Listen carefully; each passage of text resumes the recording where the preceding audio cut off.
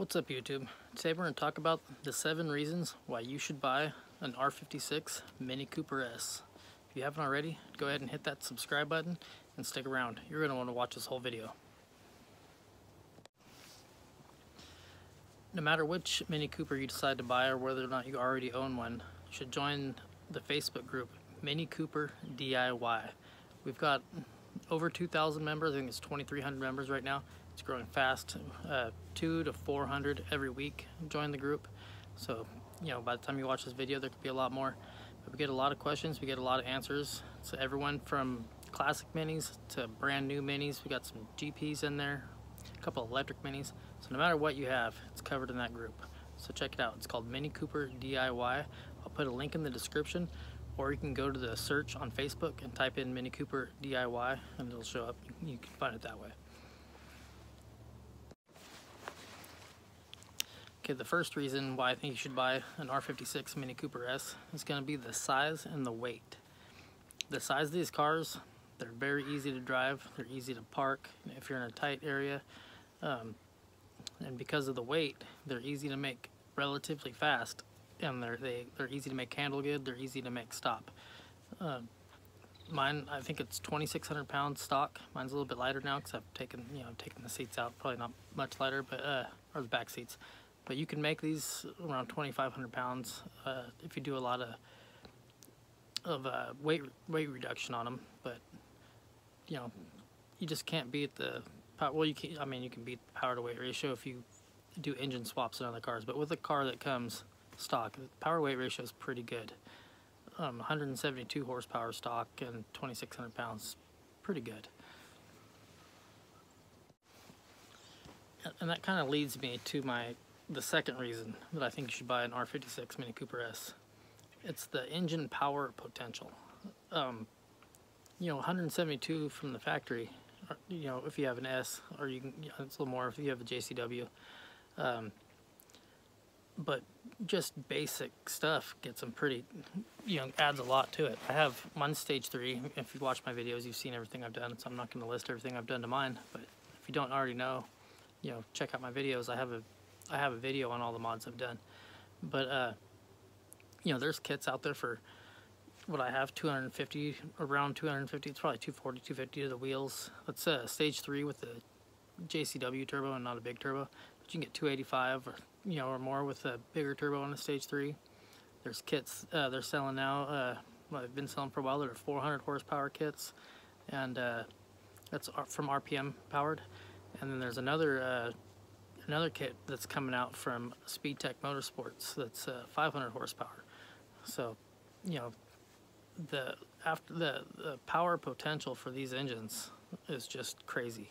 I mean, you could get a lot of horsepower out of these little 1.6 liters in a car, and once you do the weight reduction, you probably want to add a cage at that point. But still under 2,600 pounds, and it's going to be a fast car. It's going to be it might not be fast off the line because it's front wheel drive, but it's going to be fast at the track with that much horsepower. Okay, the number 3 reason why I think you should buy an R56 Mini Cooper S is the handling abilities and the potential for handling abilities. And that's an alpaca walking behind me.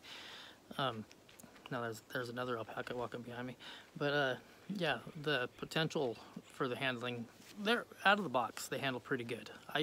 The car I had before this, the last performance car I had before this, I should say, was a 2002 Subaru WRX that I bought from a guy who was doing both autocross and rallycross in the car. And so there was very little on the car that was left OEM suspension wise. And when this thing was totally stock, it didn't handle much worse than my WRX did. That was it was a race car. That's what the guy used it for. And now I've done sway bars, and that's it. I've done sway bars and camber plates, and it handles as good as my WRX did easily. And once I do coilovers and strut tower, there's all kinds of stuff I can still do. I haven't done any of that.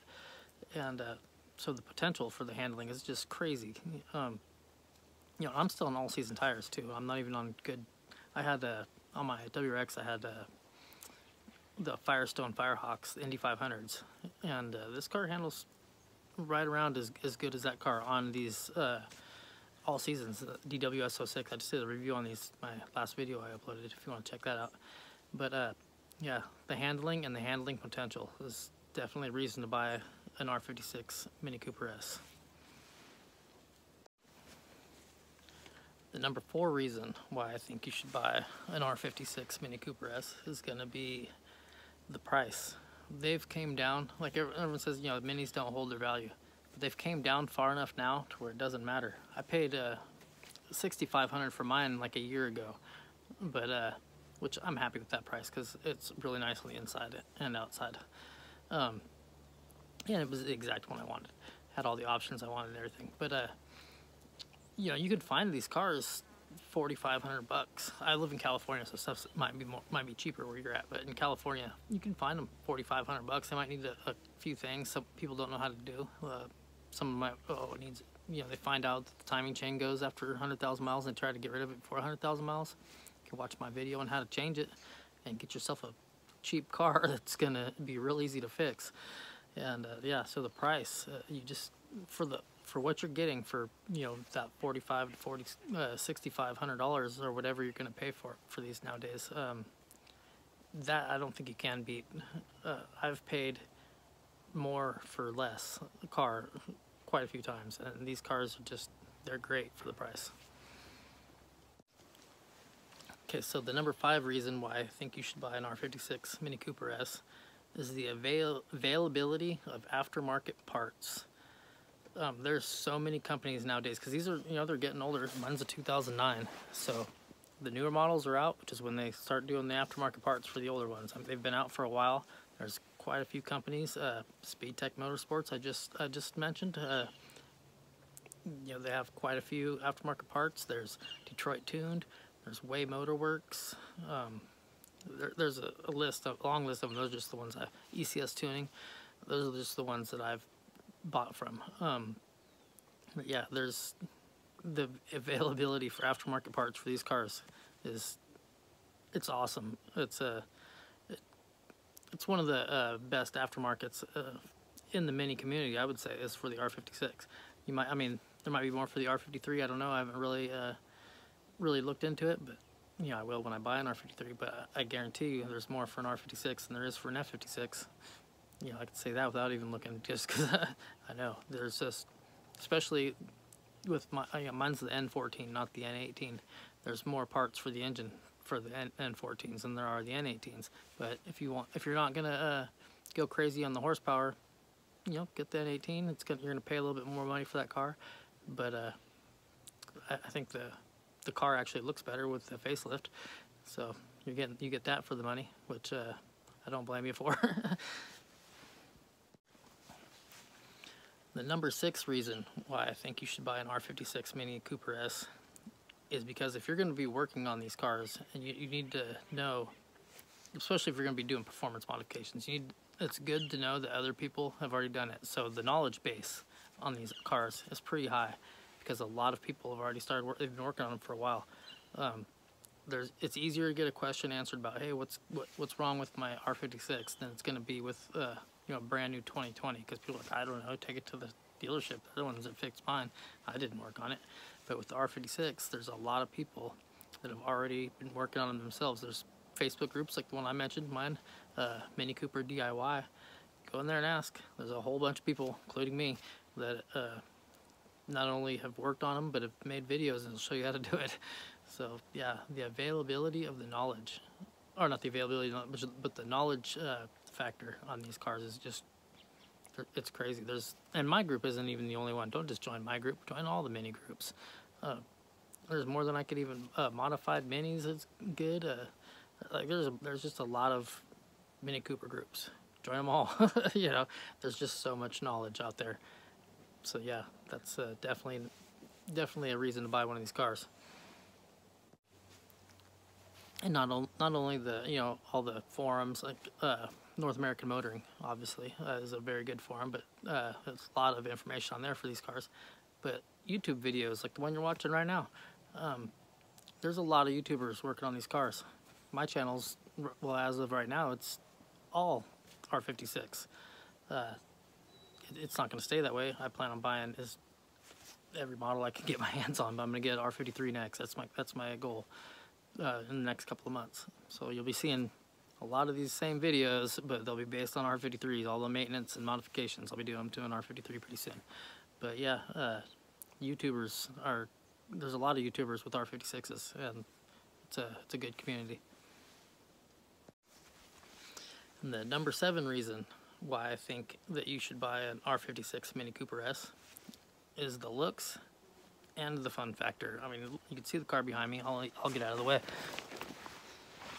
Move my chair. But, you know, in my opinion, that's a beautiful car. That's why I bought it. But, you know, and the fun factor, if you don't need to take my word on it, go to a used car lot, find an R56 and test drive a couple of them. Test drive the manuals, test drive the automatics. If you test drive the automatic, put it in sport mode, put the shifter all the way to the left, and use either the paddles or shift it manually. Don't just let it shift for you. Do the shifting. Find out what it's like to drive it that way. Also, you know, let it do the shifting too to make sure it works. But and see if that's how you're gonna drive the car, drive it that way. But every time you see somebody talking about the automatics, I'm going on a rant about the automatics. That's what I drive. But they never use the paddle shifters. Like, oh, it's not as fun. Well, shift it. It's a lot more fun if you're shifting it. But yeah, the looks and the fun factor. Go test drive one. If you don't own one, if you don't have a friend that has one, friend probably won't let you drive it. But go to an auto dealership that has one, a used car, and test drive it. And when I bought my car, I went down. I drove down to where I live. I live in Dobbins. I drove to Sacramento, which is about an hour and a half. I went down there and I test drove. They're like, yeah, go ahead and test drive it. I literally drove 2 blocks before I was like, yep, buying the car. I mean, I drove a little bit longer than that after I drove it around, but I already knew I was buying the car. Brought it in, bought the car, and a couple months later started this YouTube channel. But yeah, definitely go test drive one, and you'll believe me on the fun factor.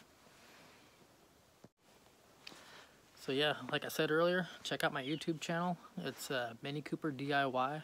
Join it, post in it, ask questions, answer questions. And if you haven't already, go ahead and hit that subscribe button. And if you like this video, give it a thumbs up. If you did not like this video, give it a thumbs down. If you have anything to add, leave it in the comments below, and I'll catch you in the next video.